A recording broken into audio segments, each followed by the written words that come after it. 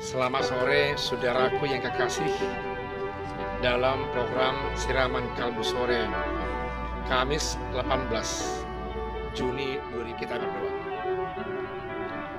Bapa di sorga yang senantiasa menjagai, merawat, dan mengasihi kami dengan sempurna, yang senantiasa memperdengarkan suara cinta kasih-Mu. Dan pada saat ini Tuhan, kalbu kami mendamba Engkau isi, supaya kami sejahtera mengarungi kehidupan kami ini. Dalam nama Yesus kami berdoa. Saudaraku, firman Tuhan buat kita pada sore hari ini terambil dari kitab Ibrani, pasal yang kedua, mulai ayat yang kelima sampai ayat yang ke-18. Dikatakan firman Tuhan demikian. Yesus seketika lebih rendah daripada malaikat-malaikat. Sebab bukan kepada malaikat-malaikat telah Ia taklukkan dunia yang akan datang yang kita bicarakan ini.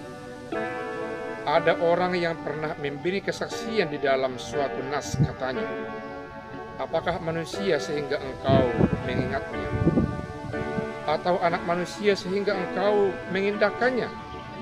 Namun engkau telah membuatnya untuk waktu yang singkat sedikit lebih rendah daripada malaikat-malaikat, dan telah memahkotainya dengan kemuliaan dan hormat. Segala sesuatu telah engkau taklukkan di bawah kakinya. Sebab dalam menaklukkan segala sesuatu kepadanya, tidak ada suatu pun yang Ia kecualikan, yang tidak takluk kepadanya. Tetapi sekarang ini belum kita lihat bahwa segala sesuatu yang telah ditaklukkan kepadanya. Tetapi Dia yang untuk waktu yang singkat dibuat sedikit lebih rendah daripada malaikat-malaikat, yaitu Yesus. Kita lihat yang oleh karena penderitaan maut dimahkotai dengan kemuliaan dan hormat, supaya oleh kasih karunia Allah Ia mengalami maut bagi semua manusia. Sebab memang sesuai dengan keadaan Allah, yang baginya dan olehnya segala sesuatu dijadikan, yaitu Allah yang membawa banyak orang kepada kemuliaan, juga menyempurnakan Yesus yang memimpin mereka kepada keselamatan dengan penderitaan. Sebab Ia yang menguduskan dan mereka yang dikuduskan, mereka semua berasal dari satu. Itulah sebabnya Ia tidak malu menyebut mereka saudara. Katanya, aku akan memberikan namamu kepada saudara-saudaraku dan memuji-muji engkau di tengah-tengah jemaat. Dan lagi, aku akan menaruh kepercayaan kepadanya. Dan lagi, sesungguhnya inilah aku dan anak-anak yang telah diberikan Allah kepadaku. Karena anak-anak itu adalah anak-anak dari darah dan daging, maka Ia juga menjadi sama dengan mereka dan mendapat bagian dalam keadaan mereka, supaya oleh kematian Ia memusnahkan dia, yaitu iblis yang berkuasa atas maut. Dan supaya dengan jalan demikian Ia membebaskan mereka yang seumur hidup berada dalam perhambaan oleh karena takutnya kepada maut.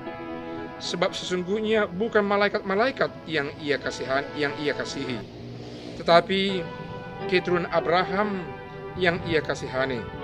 Itulah sebabnya maka dalam segala hal Ia harus disamakan dengan saudara-saudaranya, supaya Ia menjadi imam besar yang menaruh belas kasihan dan yang setia kepada Allah untuk mendamaikan dosa seluruh bangsa. Sebab oleh karena Ia sendiri telah menderita karena pencobaan, maka Ia dapat menolong mereka yang dicobai. Demikian firman Tuhan. Saudaraku yang kekasih, dikatakan firman Tuhan di sini, Yesus seketika. Mengapa dikatakan Yesus seketika lebih rendah dari malaikat? Karena Yesus pernah mengalami siksaan maut, penderitaan. Dia disalibkan dan kepalanya dimahkotai dengan duri sebagai pertanda orang yang begitu rendah, yang begitu berdosa, yang begitu dianggap sangat hina di tengah-tengah kehidupan bangsa Yahudi. Namun demikian firman Tuhan ini memperlihatkan kepada kita, oleh karena ia menempuh penderitaan dan maut itu, sehingga melalui dia juga manusia dimuliakan dan dikuduskan. Karena Yesus hanya sementara mengalami penderitaan itu. Jikalaupun dikatakan ia dengan hukuman itu lebih rendah daripada malaikat, tapi sekaligus dikatakan hanya sementara, hanya sekilas saja. Dia menjadi manusia yang sama dengan manusia memiliki darah, agar dia mampu dan bisa memahami manusia dan sekaligus mengangkat manusia dari keberdosaannya, agar dia sungguh-sungguh betul-betul dekat kepada manusia, dan dia mengangkat manusia dari berbagai macam kelemahan dan keberdosaannya. Dalam ayat yang ke-11 sampai ayat yang ke-13, Bapak Ibu, dikatakan bahwa ia menguduskan, ia menjadi manusia yang memberikan nama yang sulung, yang dibangkitkan dari antara orang mati, dan ia menjadi menaruh percaya kepada orang-orang yang telah menerima dia sebagai Allah yang turun menjadi manusia di tengah-tengah dunia ini. Saudaraku yang kekasih, yang terakhir dalam ayat 14 sampai ayat 18 dikatakan, ia sama dengan manusia supaya dia juga bisa menjadi pemimpin, menjadi imam besar, memimpin manusia, mengangkat permintaan keluh kesah manusia, dan dia menyampaikan pada Allah Bapa di sorga.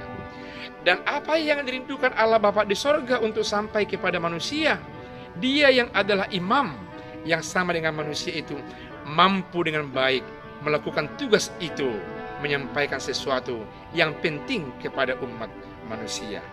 Dia menderita dan dicobai supaya dia mampu memahami orang yang dicobai dan yang menderita. Mengapa dia harus mau menderita dan dicobai? Supaya dia sungguh-sungguh dapat menolong orang yang menderita itu dan memahami sampai kepada yang terdalam pergumulan orang yang menderita. Sekaligus bagian yang terakhir dikatakan, dia menjadi imam, menderita, dicobai, supaya dia menjadi menyelamatkan orang yang menderita di tengah-tengah dunia ini.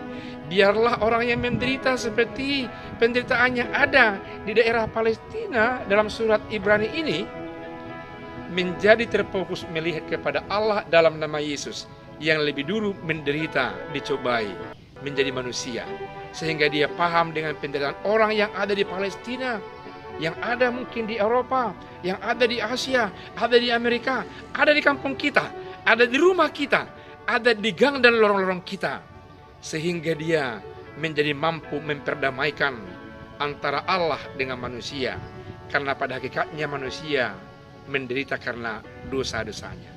Dia bukan berdosa, tapi dia menderita. Biarlah iman percaya Bapak Ibu senantiasa kuat dan kokoh dalam Kristus Yesus yang memperdamaikan kita dengan Allah Bapa di sorga. Masa kini biasanya dosa itu ada di hati kita, sehingga sering antara hati dan pikiran kita tidak berdamai. Biarlah Yesus yang mendamaikan antara hati dan pikiran kita, sehingga kita juga sejahtera mengarungi kehidupan kita antara hari ke hari. Amin. Mari kita berdoa. Allah yang sungguh baik, Engkau dengan kebaikanmu mau menderita.